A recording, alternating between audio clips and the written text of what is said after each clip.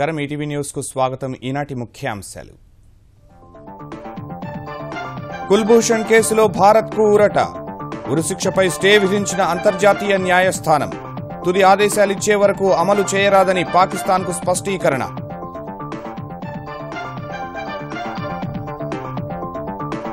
ICJ తీర్పును స్వాగతించిన భారత్ జాదవ్ ను కాపాడుకుంటామని విశ్వాసం విదేశాంగ శాఖ సహా న్యాయవాది హరీష్ సాల్వేకు ప్రధాని మోదీ అభినందనలు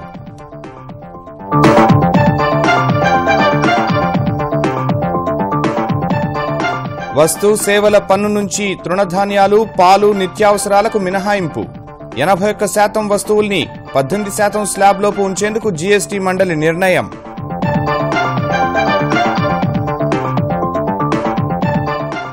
కేంద్ర మంత్రి అనిల్ దవే హఠాన్ మరణం ప్రధాని మోదీ సహా కేంద్ర మంత్రుల దిగ్భ్రాంతి అంకిత భావం కలిగిన ప్రజాసేవకుణ్ణి కోల్పోయామని సంతాపం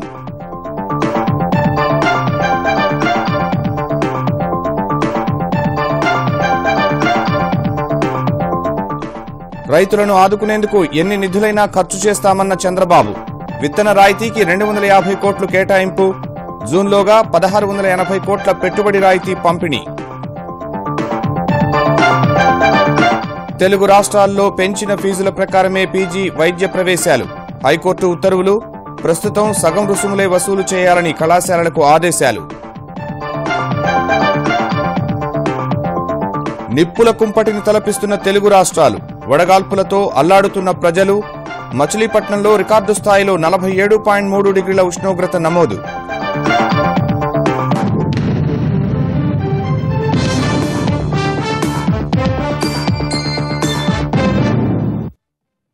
గూఢచర్యం ఆరోపణలతో భారత నౌకాదళ మాజీ అధికారి కుల్భూషణ్ జాదవ్ కు పాకిస్తాన్ విధించిన మరణశిక్షను అడ్డుకునే దిశలో భారత్ తొలి విజయం సాధించింది జాదవ్ కు విధించిన మరణశిక్షను తుది ఆదేశాలు ఇచ్చే వరకు నిలుపుదల చేయాలని పాకిస్తాన్ను ఆదేశిస్తూ అంతర్జాతీయ న్యాయస్థానం తీర్పు వెలువరించింది ఈ ఆదేశాలు సక్రమంగా అమలయ్యేలా అన్ని చర్యలు తీసుకోవాలని పాకిస్తాన్ కు స్పష్టం చేసిన ఐసీజే వియన్నా ఒప్పందం ప్రకారం జాదవ్ ను దౌత్యపరంగా కలుసుకునేందుకు భారత్ కు పూర్తి హక్కు ఉందని తేల్చి చెప్పింది భారత నౌకాదళ మాజీ అధికారి కుల్భూషణ్ జాదవ్ కు పాకిస్తాన్ సైనిక కోర్టు విధించిన మరణదండనపై 3 రోజుల క్రితం 2 దేశాల వాదనలు ఆలకించిన అంతర్జాతీయ న్యాయస్థానం ఇవాళ తీర్పు వెలువరించింది జాదవ్ ఉరిశిక్షకు వ్యతిరేకంగా భారత్ వాదనలకు పూర్తి మద్దతు తెలిపిన న్యాయస్థానం తాము తుది ఆదేశాలు ఇచ్చే వరకు శిక్షను నిలుపుదల చేస్తున్నట్టు స్పష్టం చేసింది ఈ మేరకు 11 మంది న్యాయమూర్తులతో కూడిన ధర్మాసనం తీర్పును అధ్యక్షుడు రోనీ అబ్రహం చదివి వినిపించారు మరణశిక్షను నిలుపుదల చేయాలని ధర్మాసనంలోని సభ్యులంతా ఏకగ్రీవంగా నిర్ణయం తీసుకున్నారని వివరించారు జాదవ్ కు పాకిస్తాన్ ప్రసాదించిన 150 రోజుల క్షమాభిక్ష ఆగస్టులో ముగియనుండగా ఆ తరువాత శిక్షను అమలు చేసే అవకాశం ఉన్నందున తమ తీర్పును అమలు చేసే విషయంలో తీసుకుంటున్న చర్యలను ఎప్పటికప్పుడు తెలియజేయాలని పాకిస్తాన్ను అంతర్జాతీయ న్యాయస్థానం ఆదేశించింది వియన్నా ఒప్పందాన్ని సాకుగా చూపి జాదవ్ ను దౌత్య మార్గంలో భారత్ కలుసుకోనీయకుండా చేస్తున్న పాకిస్తాన్ తీరును అంతర్జాతీయ న్యాయస్థానం తీవ్రంగా తప్పుబట్టింది జాదవ్ ను అరెస్టు చేసిన పరిస్థితులు వివాదాస్పదంగా ఉన్నాయని పేర్కొన్న ధర్మాసనం ఆయన్ని దౌత్య మార్గంలో కలుసుకోవడానికి భారత్ కు అనుమతి ఇవ్వాలని ఆదేశించింది ఈ విషయంలో పాకిస్తాన్ చేస్తున్న వాదనలకు ఎలాంటి చట్టబద్ధత లేదని తేల్చి చెప్పింది Pakistan shall take all measures at its disposal to ensure that Mr. Jadav is not executed pending the final decision in these proceedings and shall inform the court of all the measures taken in implementation of the present order. 2. Unanimously decides that until the court has given its final decision, it shall remain seized of the matters which form the subject matter of this order. గూఢచర్యం దేశ విద్రోహ చర్యల ఆరోపణలపై 2016 మార్చిలో బలూచిస్తాన్లో జాదవ్ను arrest చేశామని పాకిస్తాన్ ప్రకటించగా అనంతరం ఆయనకు ఆ దేశ సైనిక కోర్టు మరణశిక్ష విధించింది వ్యాపార నిమిత్తం ఇరాన్లో ఉన్న జాదవ్ను పాక్ అక్రమంగా అరెస్టు చేసిందని ఆరోపిస్తున్న భారత్ ఆయనకు విధించిన మరణశిక్షను సవాల్ చేస్తూ ఈ నెల 8న అంతర్జాతీయ న్యాయస్థానాన్ని ఆశ్రయించింది మే 9న మరణశిక్షపై స్టే ఇచ్చిన కోర్టు అనంతరం ఇరు దేశాల వాదనలు ఆలకించి తాజా తీర్పు వెలువరించింది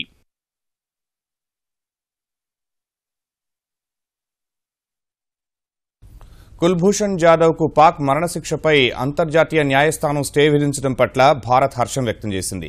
ఈ తీర్పు కుల్భూషణ్ కుటుంబం సహా భారతీయులందరికీ ఉపశమనం కలిగించినట్టు వెల్లడించిన విదేశాంగ శాఖ ఆయన ప్రాణాలు కాపాడేందుకు అన్ని చర్యలు తీసుకుంటామని ప్రకటించింది. ఈ కేసు విజయంలో విదేశాంగ శాఖ చేసిన కృషిని ప్రధాని మోదీ సహా అన్ని పార్టీలు కొనియాడాయి. తాజా తీర్పుతో పాక్ వక్రబుద్ది మరోసారి అంతర్జాతీయ వేదికపై నిరూపితమైందని విమర్శించాయి. కుల్భూషణ్ జాదవ్ కు పాక్ విధించిన మరణశిక్షపై అంతర్జాతీయ న్యాయస్థానం ఐసీజే స్టే విధించడాన్ని స్వాగతించిన భారత్ ఆయనకు న్యాయం జరిగే దిశగా తొలి ముందడుగు పడిందని పేర్కొంది. ద హేగ్ లోని కోర్టు వెలువరించిన తీర్పుతో కుల్భూషణ్ కుటుంబం సహా భారతీయులందరికీ ఉపశమనం కలిగిందని విదేశాంగ మంత్రి సుష్మా స్వరాజ్ ట్వీట్ చేశారు. భారత్ తరపున ఐసీజేలో వాదించిన సీనియర్ న్యాయవాది హరీష్ సాల్వేను ప్రత్యేకంగా అభినందించిన ఆమె భారత్ వాదనను సమర్థంగా వినిపించారని కితాబునిచ్చారు. జాదవ్ ను కాపాడుకునేందుకు తమ ప్రభుత్వం ఎలాంటి అవకాశాన్ని కోదని ఆమె స్పష్టం చేశారు. ఆ దిశగా తమ శాఖ చేపట్టే చర్యలను వివరించిన విదేశాంగ ప్రతినిధి గోపాల్ బాగ్లే ఐసీజే తీర్పునకు పాకిస్తాన్ కట్టుబడి ఉండాల్సిందేనని తేల్చి చెప్పారు. This is a matter of great relief because it means that till such time as the International Court of Justice seized with the matter, it does not come out the final decision in the matter, Shri Kulbhushan Jadhav cannot be executed by Pakistan. I think the provisional relief which India has been granted on its request, it constitutes an essential first step in ensuring justice for Mr. Jadhav. We hope that it will help remedy the egregious violations of Jadhav's rights and also the violations of international convention by Pakistan in this matter. Jadhav కేసులో విదేశాంగ శాఖ కృషిని అభినందించిన ప్రధాని నరేంద్ర మోదీ సుష్మా స్వరాజ్ కు phone చేసి అభినందనలు తెలిపారు. ఈ కేసులో న్యాయవాది హరీష్ సాల్వే చేసిన కృషిని కూడా ప్రశంసించారు. జాదవ్ కేసు గెలిచిన విదేశాంగ మంత్రిత్వ శాఖకు అటార్నీ జనరల్ ముకుల్ రోహత్గి అభినందనలు తెలిపారు. తుది తీర్పు భారత్ కు అనుకూలంగా వస్తుందని ఆశిస్తున్నట్టు ఆయన పేర్కొన్నారు. That this is a unanimous decision of judges. It is very, very clear that the Indian stand is victorious. Yes. And I must congratulate the persons concerned, including the Ministry of External Affairs, on the steps they have taken. And let us now hope that the next step, which is the final push or the final step, which will happen sometime in August, that also comes India's way. And that's the time we can see that Mr. Jadhav can come back home. Jadhav తీర్పును అన్ని పార్టీలు ముక్తకంఠంతో స్వాగతించాయి. విదేశాంగ శాఖ చేసిన కృషిని అభినందించాయి. పాకిస్తాన్ ను దుష్టదేశంగా అభివర్ణించిన కాంగ్రెస్ మరోసారి తన వక్రబుద్ధి నిరూపితమైందని విమర్శించింది. और ये साबित हो गया है कि जो पाकिस्तान है वो एक रोग स्टेट है और जो हमारी कन्वेंशंस है, इंटरनेशनल कन्वेंशंस है, उनको अभी उल्लंघन करती है. और मैं समझता हूं कि पाकिस्तान कभी सबक सीखता नहीं है. उनको मालूम होना चाहिए कि आज अंतर्राष्ट्रीय स्तर पर सभी देश लगभग मानते हैं कि पाकिस्तान का रवैया जो है, खास तौर में टेररिज्म के साथ उनके जो रवैया उनका है वो बिल्कुल गलत है. मैं समझता हूं कि आने वाले दिनों में फैसला हिंदुस्तान के पक्ष में आएगा, कुलभूषण जाधव के पक्ष में आएगा. ఐసీజే తీర్పును స్వాగతించిన భాజపా అధ్యక్షుడు అమిత్ షా ఈ కేసులో కేంద్రం వేగంగా స్పందించిన తీరు సహా న్యాయవాది హరీష్ సాల్వే కృషికి అభినందనలు తెలిపారు. అంతర్జాతీయ న్యాయస్థానం తీర్పు తమకు వ్యతిరేకంగా రావడంతో దిగ్భ్రాంతికి గురైన పాకిస్తాన్ తన కపట వైఖరిని మరోసారి చాటుకుంది. జాతీయ భద్రతతో ముడిపడిన ఈ అంశంలో ఐసీజే పరిధిని తాము అంగీకరించబోమని పాక్ విదేశాంగ శాఖ ప్రతినిధి నఫీస్ జకరియా తేల్చి చెప్పారు. ఈ విషయంలో తమ వైఖరిని ఇప్పటికే అంతర్జాతీయ న్యాయస్థానానికి తెలియజేశామని వెల్లడించారు. భారత్ పైన నిప్పులు చెరిగిన నఫీస్ అంతర్జాతీయ న్యాయస్థానాన్ని ఆశ్రయించడం ద్వారా భారత్ తన అసలు స్వరూపాన్ని దాచిపెట్టిందని మండిపడ్డారు. కుల్భూషణ్ రెండుసార్లు తన నేరాన్ని ఒప్పుకున్నారని పేర్కొన్న నఫీస్ భారత గూఢచర్యంపై అంతర్జాతీయ న్యాయస్థానంలో బలమైన ఆధారాలు సమర్పిస్తామని తెలిపారు. జులై 1న దేశవ్యాప్తంగా వస్తు సేవల పన్ను అమల్లోకి వస్తే ఆహార ధాన్యాలు, పాలు, నిత్యావసరాల ధరలు దిగిరానున్నాయి. శ్రీనగర్లో జరిగిన జీఎస్టీ మండలి తొలి రోజు సమావేశంలో నిత్యావసరాలను పన్ను పరిధి నుంచి తప్పించాలనే నిర్ణయాన్ని ఆమోదించారు. ఫలితంగా తృణధాన్యాలు, పాలు, గోధుమలు, బియ్యం ధరలు తగ్గనున్నాయి. 6 వస్తువులు మినహా మొత్తం 1211 వస్తువుల ధరలపై జీఎస్టీ స్లాబ్లను నిర్ణయించినట్లు కేంద్ర ఆర్థిక శాఖ మంత్రి అరుణ్ జైట్లీ తెలిపారు. కేశతైలం, సబ్బులు, టూత్పేస్ట్ వంటి వస్తువుల ధరలు సుమారు 11% మేర తగ్గనున్నట్టు రెవెన్యూ శాఖ కార్యదర్శి హస్ముఖ్ అదియా తెలిపారు. మిఠాయిలు, చక్కెర, టీ, కాఫీ, వంట నూనె, బొగ్గుపై 5% జీఎస్టీ విధించేందుకు మండలి ఆమోదించింది. మినహాయింపు జాబితాలో 7% వస్తువులు ఉండగా 5% జీఎస్టీ పరిధిలో 14% వస్తువులు ఉంటాయని అదియా వెల్లడించారు. 12% స్లాబ్లో 17% వస్తువులు, 18% స్లాబ్లో 43% వస్తువులు ఉంటాయన్న ఆయన 28% కేటగిరీలోకి కేవలం 19% వస్తువులు మాత్రమే రానున్నాయని వెల్లడించారు. అంటే 18% అంతకన్నా తక్కువ స్లాబుల్లో 81% వస్తువులుంటాయని ఆదియా ప్రకటించారు. కేంద్ర పర్యావరణ శాఖ మంత్రి అనిల్ మాధవ్ దవే హఠాన్మరణం చెందారు. ఢిల్లీలో ఉదయం అనారోగ్యం పాలైన ఆయన్ను వెంటనే ఎయిమ్స్ కు తరలించగా అక్కడ తుది శ్వాస విడిచారు. మొదటి నుంచి సాధారణ జీవితాన్ని గడిపిన దవే తన మృతి పట్ల ఎలాంటి చింత అవసరం లేదని, వీలైతే ప్రతి ఒక్కరూ ఒక మొక్క నాటాలని భాజపా శ్రేణులు కేంద్ర ప్రభుత్వ పెద్దలకు సూచించారు. దవే మృతి పట్ల ప్రధాని మోదీ సహా కేంద్ర మంత్రులు తీవ్ర దిగ్భ్రాంతి వ్యక్తం చేశారు. రేపు ఇండోర్లో దవే అంత్యక్రియలు జరగనున్నాయి. దవే నిర్వర్తిస్తున్న పర్యావరణ శాఖ బాధ్యతలను కేంద్ర మంత్రి హర్షవర్ధన్ కు అప్పగించారు. రాష్ట్రీయ స్వయం సేవక్ సంఘ్ కీలక నేత, కేంద్ర పర్యావరణ శాఖ మంత్రి అనిల్ మాధవ్ దవే ఇక లేరు.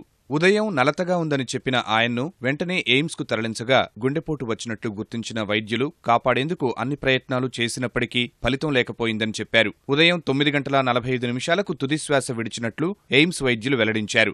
1956 జులై 6న మధ్యప్రదేశ్ బాద్నగర్లో జన్మించిన అనిల్ దవే బ్రహ్మచారిగానే ఉండి ఆర్ఎస్ఎస్లో కీలక పాత్ర పోషించడం సహా 2003లో అప్పటి మధ్యప్రదేశ్ ముఖ్యమంత్రి దిగ్విజయ్ సింగ్ను గద్దెదింపి భాజపాను అధికారంలోకి తీసుకురావడంలో కీలక వ్యూహకర్తగా వ్యవహరించారు. 2009 నుంచి మధ్యప్రదేశ్ నుంచి భాజపా తరపున రాజ్యసభ సభ్యుడిగా ఉన్న అనిల్ దవే 2016 జులై 5న కేంద్ర పర్యావరణ శాఖ మంత్రిగా బాధ్యతలు చేపట్టారు. అనిల్ దవే హఠాన్మరణం పట్ల దిగ్భ్రాంతి వ్యక్తం చేసిన ప్రధాని నరేంద్ర మోదీ పలువురు కేంద్ర మంత్రులతో కలిసి ఆయన భౌతికకాయం వద్ద నివాళులర్పించారు. కీలక విధానాలపై జరిగిన చర్చల్లో నిన్న సాయంత్రం వరకు తమతో చర్చించారని వెల్లడించిన ప్రధాని దవేను కోల్పోవడం వ్యక్తిగతంగా తనకు ఎంతో నష్టమని ఆవేదన వ్యక్తం చేశారు.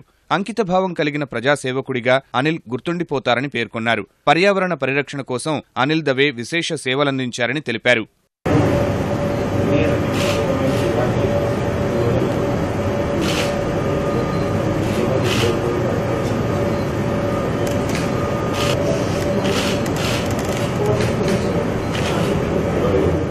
అనిల్ మాధవ్ దవే హఠాన్మరణం పట్ల రాష్ట్రపతి ప్రణబ్ ముఖర్జీ, ఉపరాష్ట్రపతి హమీద్ సంతాపం వ్యక్తం చేశారు. అన్సారీ, లోక్సభ స్పీకర్ సుమిత్రా మహాజన్ దవే భౌతిక కాయానికి నివాళులర్పించారు. భాజపా అధ్యక్షుడు అమిత్ షా, కాంగ్రెస్ అధినేత్రి సోనియా గాంధీ, పలు రాష్ట్రాల గవర్నర్లు, ముఖ్యమంత్రులు దవే మృతి పట్ల సంతాపం తెలిపారు. ఈ సాయంత్రం ప్రత్యేకంగా సమావేశమైన కేంద్ర మంత్రివర్గం దవేకు నివాళులర్పించింది. దవే రాసుకున్న లేఖను ఆయన సోదరుడు ప్రధానికి అందించారు. తన మరణానంతరం ఎలాంటి హంగామా చేయవద్దని లేఖలో రాసిన దవే నర్మదా నది ఒడ్డున అంత్యక్రియలు నిర్వహించాలని పేర్కొన్నారు. అవకాశం ఉంటే ప్రతి ఒక్కరూ ఒక మొక్క నాటాలని వివరించారు. ఆయన కోరిక ప్రకారం అంత్యక్రియలు నిర్వహించాలని కేంద్ర మంత్రివర్గం నిర్ణయించింది. దవే మృతి భాజపాకు, దేశానికి తీరని లోటు అని చెప్పిన కేంద్ర పట్టణాభివృద్ధి శాఖ మంత్రి వెంకయ్య నర్మదా నది పరిరక్షణకు విశేషంగా కృషి చేసిన గొప్ప వ్యక్తి అని గుర్తు చేసుకున్నారు. I feel a very sad, profound condolence on the untimely demise of my colleague, Sri Anil Madhav Dave. It is our misfortune that we lost a committed environmentalist, particularly when he became a minister for environment. The Anil Madhav Dave is son of Mother Narmada. He is a grassroots level worker, thinker, pilot and a passionate reader. He always used to help all of us in many of our drafts, parties, policies and programs. Dave భౌతికాయాన్ని మొదట ఢిల్లీలోని ఆయన నివాసానికి తరలించి సాయంత్రం మధ్యప్రదేశ్ రాజధాని భోపాల్కు తీసుకెళ్లారు. రేపు దవే సోదరుడు నివాసముంటున్న ఇండోర్లో అంత్యక్రియలు నిర్వహించనున్నారు. అన్నదాతలను ఆదుకునేందుకు, వ్యవసాయ అభివృద్ధికి ఎన్ని నిధులైనా ఖర్చు చేసేందుకు తమ ప్రభుత్వం సిద్ధంగా ఉందని ముఖ్యమంత్రి చంద్రబాబు తెలిపారు. ఖరీఫ్ సన్నాహాలపై సమీక్ష నిర్వహించిన ఆయన సహకార సంఘాల్లోనే విత్తనాలు, ఎరువులు, రుణాలు పంపిణీ చేస్తామని చెప్పారు. వ్యవసాయం, ఉద్యానవనం, జలవనరుల శాఖలతో సమీక్ష నిర్వహించిన బాబు విత్తన రాయితీ కోసం అదనంగా 250 కోట్ల రూపాయలు కేటాయించాలని అధికారులను ఆదేశించారు. జూన్ నెలాఖరు నాటికి 1680 కోట్ల రూపాయలు పెట్టుబడి రాయితీ అందజేయాలని నిర్దేశించారు. వేరుశెనగ రైతులకు ఎకరానికి 4 బస్తాలు ఇవ్వాలన్న సీఎం 3 లక్షల హెక్టార్లలో ఉద్యానవన పంటలకు బిందు సేద్యం ద్వారా నీరు అందించాలని సూచించారు. జూన్ మొదటి వారం నుంచే గోదావరి డెల్టాకు నీరివ్వాలన్న బాబు నకిలీ విత్తన కంపెనీల పట్ల కఠినంగా వ్యవహరిస్తామని స్పష్టం చేశారు. రైతులకు త్వరలోనే భూసార కార్డులు పంపిణీ చేస్తామన్న ఆయన వ్యవసాయ యాంత్రీకరణ ద్వారా మెరుగైన ఫలితాలు సాధించడంపై దృష్టి సారించాలని అధికారులను ఆదేశించినట్లు సమావేశానంతరం వ్యవసాయ మంత్రి సోమిరెడ్డి తెలిపారు.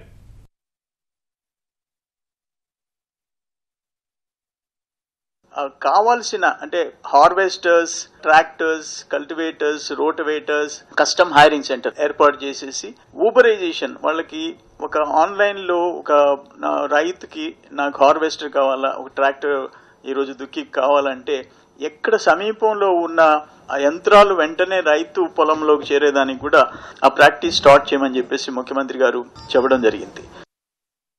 తెలుగు రాష్ట్రాల్లో ప్రైవేటు పీజీ వైద్య దంత కళాశాలల్లో ఫీజుల పెంపుపై హైకోర్టు స్పష్టతనిచ్చింది. పెరిగిన ఫీజుల ప్రకారమే ప్రవేశాలు చేపట్టేందుకు పీజీ వైద్య దంత కళాశాలలకు హైకోర్టు అనుమతిచ్చింది.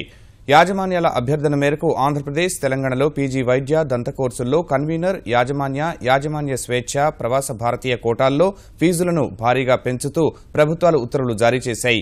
వీటిని సవాల్ చేస్తూ 2 రాష్ట్రాల నుంచి పలువురు వ్యాజ్యాలు దాఖలు చేశారు. గతంలో వ్యాజ్యాలపై విచారణ చేపట్టిన హైకోర్టు సింగిల్ జడ్జి పెంచిన ఫీజుల అమలును నిలిపివేస్తూ మధ్యంతర ఉత్తర్వులు జారీ చేసింది. తెలంగాణలో పాత ఫీజుల ప్రకారం ప్రవేశాలు పొందిన విద్యార్థులను కళాశాలల్లో చేర్చుకునేందుకు యాజమాన్యాలు నిరాకరించాయి. ఫీజుల పెంపు సబబేనని, స్టే ఎత్తివేయాలని తెలంగాణ, ఏపీలకు చెందిన పలు కళాశాలల యాజమాన్యాలు హైకోర్టును ఆశ్రయించాయి. వాటిపై విచారణ జరిపిన ద్విసభ్య ధర్మాసనం సింగిల్ జడ్జి ఉత్తర్వులను సవరించింది. పెరిగిన ఫీజుల ప్రకారం ప్రవేశాలు చేపట్టేందుకు అనుమతించిన హైకోర్టు ప్రస్తుతం సగం ఫీజునే తీసుకోవాలని, మిగతా సగం బ్యాంకు హామీతో వ్యక్తిగత పూచీకత్తు స్వీకరించాలని తెలిపింది. ఉపాధ్యాయ ఏకీకృత సర్వీస్ అంశాన్ని తెలుగు రాష్ట్రాల విద్యాశాఖ మంత్రులు చర్చల ద్వారా పరిష్కరించుకోవడం శుభపరిణామమని కేంద్ర మంత్రి వెంకయ్యనాయుడు అన్నారు. మిగతా అపరిష్కృతంగా ఉన్న అంశాలను కూడా చర్చల ద్వారా సామరస్యంగా పరిష్కరించుకోవాలని సూచించారు. రాష్ట్ర విభజనను తలుచుకుని బాధపడటం మంచిది కాదన్న వెంకయ్య భిన్న వాదనల వల్లే ఆస్తుల పంపకంలో ఏకాభిప్రాయానికి రాలేకపోతున్నారని అభిప్రాయపడ్డారు. ఏపీ భవన్ షెడ్యూల్ 9, 10లోని సంస్థల విభజనకు సమాలోచనలు చేయాలన్న కేంద్ర మంత్రి ఉపాధ్యాయ ఏకీకృత సర్వీసు వ్యవహారంలో ఇరు రాష్ట్రాల మంత్రులను అభినందిస్తున్నారని తెలిపారు. ఇద్దరు ముఖ్యమంత్రులు కలుసుకున్నారు, అప్పుడప్పుడు మాట్లాడుతున్నారు. అలాగే అధికారులు కూడా కలిసి కూర్చొని మాట్లాడుతున్నారు. గృహ మంత్రిత్వ శాఖ సమక్షంలో కూడా మాట్లాడుతున్నారు. కాబట్టి ఇప్పటికే 3 ఏళ్లు పూర్తి అయిపోయింది. అందువలన మిగతా ఏవైతే అపరిష్కృతంగా ఉన్న సమస్యలు అవుతున్నాయో వాటిని కూర్చొని చర్చించుకొని ఇచ్చిపుచ్చుకునే ధోరణిలో పరిష్కరించుకోవాల్సిందిగా నేను 2 రాష్ట్ర ప్రభుత్వాలకు, అక్కడ ఉన్న రాజకీయ నాయకులకు విజ్ఞప్తి చేస్తున్నాను. విద్యార్థి కళాశాలలో ఉండగానే ఉద్యోగం సాధించడానికి అవసరమయ్యే శిక్షణ ఇచ్చేందుకు తగిన ప్రణాళిక తయారు చేయాలని ఆంధ్రప్రదేశ్ ఐటీ, పంచాయతీరాజ్ శాఖ మంత్రి నారా లోకేష్ అధికారులను ఆదేశించారు. అమరావతి సచివాలయంలో నైపుణ్యాభివృద్దిపై సమీక్ష నిర్వహించిన ఆయన విశాఖపట్నం ఐటీ హబ్గాను, రాయలసీమ తయారీ రంగానికి వేదిక కానున్నాయని తెలిపారు. పరిశ్రమల అవసరాలు తెలుసుకుని నైపుణ్య అభివృద్ది కోర్సులు సిద్దం చేయాలని నిర్దేశించారు. ఐటీ, తయారీ రంగాల్లో విప్లవాత్మక మార్పులు వస్తున్నప్పటికీ విద్యా వ్యవస్థలో మార్పులు రావటం లేదన్న లోకేష్ ఈ రెండింటి మధ్య ఉన్న అంతరాన్ని తగ్గించాలంటే పరిశ్రమల అవసరాలు తెలుసుకోవడం ఒక్కటే మార్గమని సూచించారు. దానికి అనుగుణంగా విద్యార్థులను సిద్దం చేస్తే నిరుద్యోగ సమస్యకు పరిష్కారం దొరుకుతుందని లోకేష్ విశ్వాసం వ్యక్తం చేశారు. హెచ్సీఎల్ తరహా మరో 2 కంపెనీలు విశాఖకు రానున్నాయని, స్థానిక యువతకు ఇది ఒక సువర్ణ అవకాశమని మంత్రి అభిప్రాయపడ్డారు. ఏపీ నైపుణ్య అభివృద్ది కార్పొరేషన్ ద్వారా నిర్వహించే అన్ని శిక్షణా తరగతులు ఇక్కడే నిర్వహించాలన్న ఆయన నైపుణ్య అభివృద్ది కార్పొరేషన్ నిర్వహిస్తున్న వెబ్సైట్ను ఆధునీకరించి అన్ని కార్యక్రమాలు విద్యార్థులకు తెలిసే విధంగా డిజైన్ చేయాలని సూచించారు. మిర్చి పంట చివరి బస్తా వరకు కొనుగోలు చేస్తామని రైతులు అధైర్యపడవద్దని ఆంధ్రప్రదేశ్ పౌర సరఫరాల శాఖ మంత్రి ప్రత్తిపాటి పుల్లారావు అన్నారు. సెలవుల్లోనూ 2 పూటలా కొనుగోళ్లు జరుగుతాయన్న మంత్రి తొందరపడి ఒకేసారి మార్కెట్కు సరకు తీసుకురావద్దని సూచించారు. మిర్చి రైతులను దగా చేసే వ్యాపారులపై చర్యలు తప్పవని హెచ్చరించారు. గుంటూరు మిర్చి యార్డులో కొనుగోళ్ల పురోగతిపై మరో మంత్రి ఆనందబాబుతో కలిసి సమీక్ష నిర్వహించిన పుల్లారావు ఇప్పటివరకు అదనపు ధర పథకం కింద మిర్చి రైతులకు 8,68,00,000 జమ చేశామని చెప్పారు. జూన్ 30తో ఈ పథకం గడువు ముగియనున్నప్పటికీ అవసరమైతే మరో 15 రోజులు గడువు పెంచుతామని హామీ ఇచ్చారు. మార్కెట్కు వచ్చిన ప్రతి పసుపు బస్తాను కొనుగోలు చేసేలా చర్యలు చేపట్టామని వరంగల్ ఏనుమాముల వ్యవసాయ మార్కెట్ కమిటీ చైర్మన్ ధర్మరాజు చెప్పారు. గత 2 రోజుల నుంచి మార్కెట్కు భారీగా పసుపు వస్తున్నందున కాటాలు వేయడంలో ఆలస్యం జరుగుతోందన్న చైర్మన్ ఎండవేడిమితో కూడా హమాలీలు పనిచేయలేకపోతున్నారని తెలిపారు. రేపు యథావిధిగా కొనుగోలు జరుగుతాయని, నిజామాబాద్ నుంచి వ్యాపారులను పిలిపించి పసుపు కొనుగోలు చేయిస్తామని పేర్కొన్నారు. తెలుగు రాష్ట్రాల్లో భానుడి భగభగలు కొనసాగుతున్నాయి. ఎండ తీవ్రత కారణంగా ఉష్ణోగ్రతలు తారాస్థాయికి చేరిపోయాయి. వాయువ్య భారత్ నుంచి వీస్తున్న ఉష్ణగాలుల ప్రభావంతో ఆంధ్రప్రదేశ్లోని కోస్తా, రాయలసీమ జిల్లాలు, తెలంగాణలో తీవ్రమైన వడగాల్పులు వీస్తున్నాయి. ఫలితంగా సాధారణ ఉష్ణోగ్రతలు 4 నుంచి 7 డిగ్రీల మేర పెరిగినట్టు వాతావరణ శాఖ తెలిపింది. ఇవాళ ఏపీలో అత్యధికంగా మచిలీపట్నంలో 47.3 డిగ్రీల గరిష్ట ఉష్ణోగ్రత నమోదైందని, ఇది ఈ వేసవిలోనే అత్యధికమని అధికారులు చెప్పారు.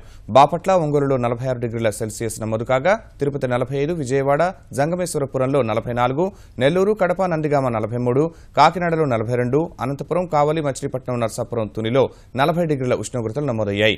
తెలంగాణలోని నల్గొండ జిల్లాలో తీవ్రమైన వడగాల్పులు వీస్తుండగా ఆదిలాబాద్, నిజామాబాద్, ఖమ్మం, నల్గొండ జిల్లాల్లో 45 నుంచి 46 డిగ్రీల వరకు ఉష్ణోగ్రతలు నమోదవుతున్నాయని తెలిపారు.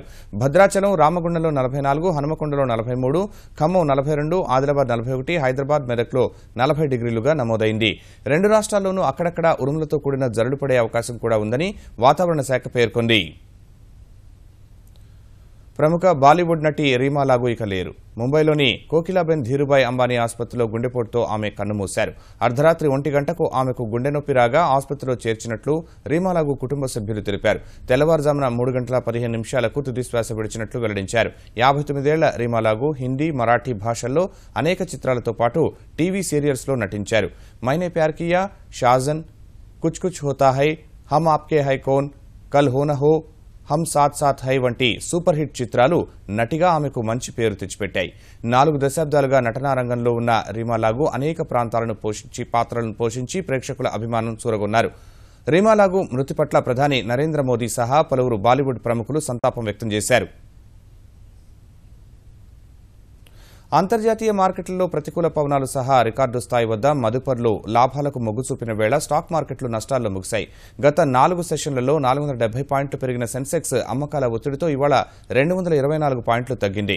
ఉదయం 30,467 వద్ద ఉత్సాహంగానే ప్రారంభమైన సూచీ ఒక దశలో 30,576 పాయింట్ల గరిష్ట స్థాయిని తాకింది. తరువాత మదుపర్లు లాభాల స్వీకరణకు మొగ్గు చూపగా 30,394 పాయింట్ల కనిష్ట స్థాయికి పడిపోయింది. చివరకు 30,435 వద్ద స్థిరపడింది. జాతీయ స్టాక్ ఎక్స్చేంజ్ సూచీ నిఫ్టీ 96 పాయింట్లు తగ్గి 9,429 వద్ద ముగిసింది. ఏటీవీ న్యూస్ సమాప్తం. నమస్కారం.